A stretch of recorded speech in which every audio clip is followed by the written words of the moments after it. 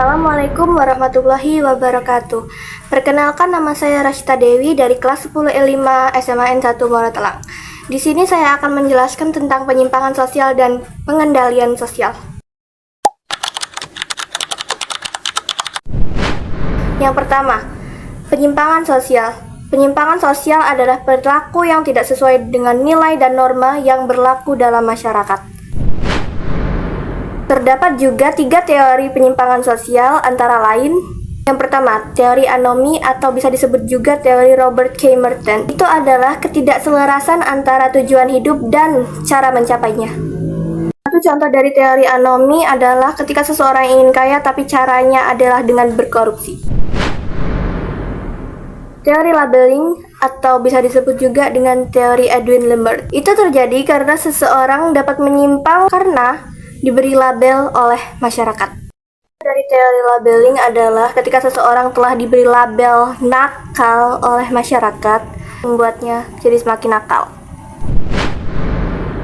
Yang ketiga, teori diferensiasi asosiasi atau Sutherland.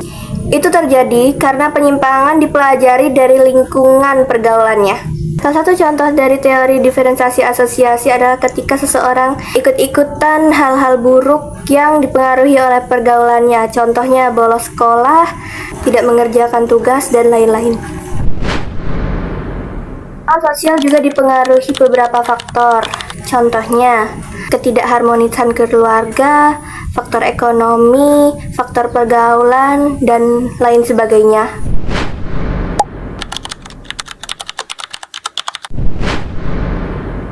Kedua, pengendalian sosial. Pengendalian sosial adalah cara atau proses untuk mengarahkan masyarakat agar sesuai dengan nilai dan norma yang berlaku. Tujuan pengendalian sosial antara lain: 1. Menjaga ketertiban. 2. Mencegah penyimpangan. 3. Mengembalikan individu yang menyimpang kembali ke norma. 4. Menciptakan stabilitas sosial. Jenis-jenis pengendalian sosial berdasarkan cara. Ada 2, yaitu berdasarkan cara dibagi 2, yaitu yang pertama, cara persuasif atau bisa disebut ajakan. Contohnya berupa nasihat. Koersif atau bersifat paksaan. Contohnya hukuman. Yang kedua, berdasarkan waktu. Berdasarkan waktu dibagi menjadi 2, yaitu yang pertama, preventif. Dilakukan sebelum terjadinya pelanggaran. Contohnya pendidikan moral.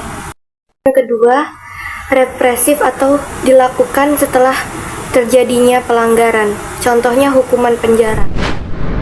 Bentuk-bentuk pengendalian sosial antara lain: 1. Sosialisasi. 2. Sanksi. 3. Teguran. 4. Pendidikan. Kesimpulannya adalah penyimpangan sosial adalah perilaku yang melanggar norma masyarakat, sedangkan pengendalian sosial adalah upaya untuk mencegah dan mengatasi penyimpangan sosial agar kehidupan tetap tertib. Dan dari saya, atas kurang dan lebihnya saya mohon maaf. Saya ucapkan wassalamualaikum warahmatullahi wabarakatuh.